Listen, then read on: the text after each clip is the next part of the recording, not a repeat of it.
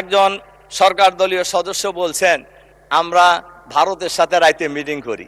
বাংলাদেশের জনগণ জানে কে কোন দল কারা ভারতের সাথে মিটিং করে, কাদের সাথে আত্মীয়তা ভারতের কাদের আত্মীয় স্বজন এখন পলায়ন করে ভারতে আছে এবং আগে কারা যায় ভারতে ছিলেন, এসবই বাংলাদেশের মানুষ জানে। কাজী এইগুলি বলে আপনাকে ধন্যবাদ, আমার সময় কমায় দেওয়ার জন্য দুঃখিত।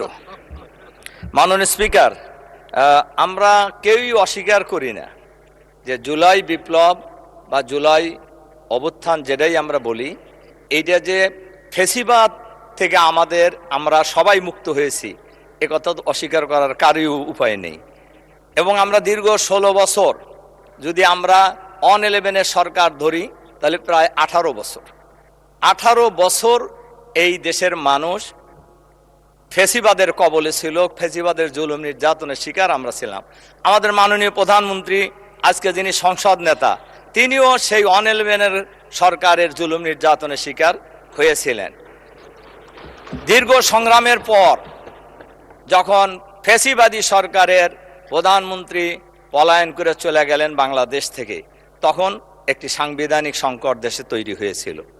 অন্তর্বর্তীকালীন সরকারের কথা সংবিধানে নাই, তাহলে সরকার গঠিত হলো কিভাবে? খুবই পরিষ্কার, জনগণের অভিপ্রায়ের ভিত্তিতেই, এই আকাঙ্ক্ষার ভিত্তিতেই এই অন্তর্বর্তীকালীন সরকার গঠিত হয়েছিল। তাহলে বোঝা যায় সব জিনিস সব সময় সংবিধান ছাড়াও চলেছে।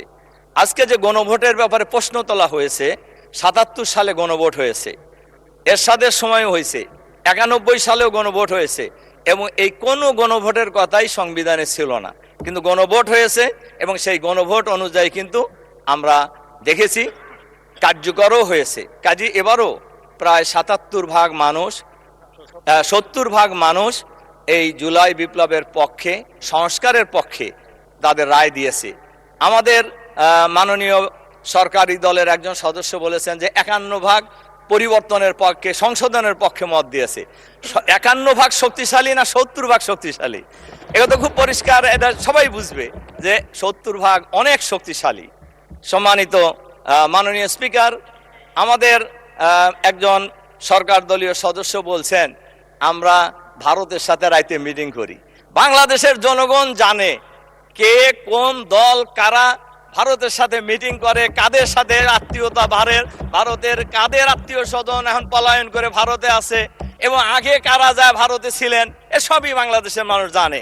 কাজী এইগুলি বলে আজকে সংবিধান সংস্কারের যে অভিপ্রায় বাংলাদেশের মানুষের রায়, এই রায় থেকে বিরত থাকা আমি সমীচীন বলে মনে করি না। আমরা আজকে যারা এখানে আজকে সরকারি দল এবং বিরোধী দলে ছিলাম, আমরা কিন্তু সবাই এই ফেসিবাদের জুলুম নির্যাতনের শিকার। আজকে সংস্কারের মধ্যে যে কথা বলা হয়েছে, সুপ্রিম কোর্টকে আলাদা সচিবালয়ের মধ্যে, বিচার ব্যবস্থাকে আলাদা সচিবালয়ের মধ্যে নিয়ে যাওয়া। দেখেন আজকে প্রধান বিচারপতি একজন দলীয় লোক ছিলেন খায়রুল হক, কেয়ারটেকার সরকারকে লণ্ডভণ্ড করে দেওয়ার কারণেই এই ফেসিবাদী সরকার দীর্ঘায়িত হয়েছে। কাজেই আমরা চাই, সবাই মিলেই চাওয়া উচিত, আমাদের সবার অভিপ্রায় আমাদের এই বাংলাদেশ ভালো চলুক, আমরা সবাই মিলেই এই বাংলাদেশকে আগামী দিনে গড়ে তুলব।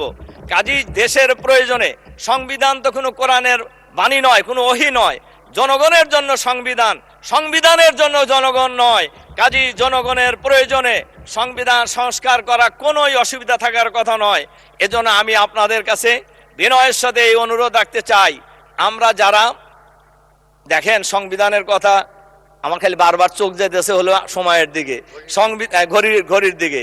আসলে সংবিধানের কথা আমরা বলছি, আমাদের একজন সদস্য বলেছেনও, আমার এখনো স্পষ্ট মনে আছে, সংবিধানের কথা বলে আমাদের উপর, বিরোধী দলের উপর যে জুলুম নির্যাতন চালানো হয়েছে, দেশনেত্রী বেগম খালেদা জিয়া বলেছিলেন আমরা যদি আবার সুযোগ পাই এই সংবিধানকে ছুঁড়ে ফেলে দেব। উনি তো বলছিলেন, তাহলে কি ওনার কথা কি একেবারেই অমূলক ছিল? শুধু তাই নয়, আমরা সব সময় লক্ষ্য করেছি সরকারে যারাই থাকে তারা সব কিছুকে দলীয়করণ করার চেষ্টা করেন। আমরা আশা করব এখন যারা সরকারে আছেন তারা দলীয়করণ করবেন না। যদি নাই করেন তাহলে আপনাদের সংস্কারের ভয় কেন? সংস্কার করতে আপনাদের অসুবিধা কি? আমরা সবাই মিলে, যেটা প্রয়োজন সবাই মিলে আমরা সংস্কার করে আমরা এই দেশটাকে একটা সুস্থ রাজনীতির দিকে নিয়ে যেতে চাই, যাতে করে আর কোনো ফেসিবাদের জন্ম বাংলাদেশে না হয়, আর ফেসিবাদী কোনো সরকার যেন বাংলাদেশে প্রতিষ্ঠিত হওয়ার সুযোগ না পায়। এই পরিবেশটাই তো আমরা সবাই চাচ্ছি। আমার ধারণা আমরাও চাচ্ছি, সরকারি দলও চাচ্ছে। ধন্যবাদ মাননীয় সদস্য, ধন্যবাদ।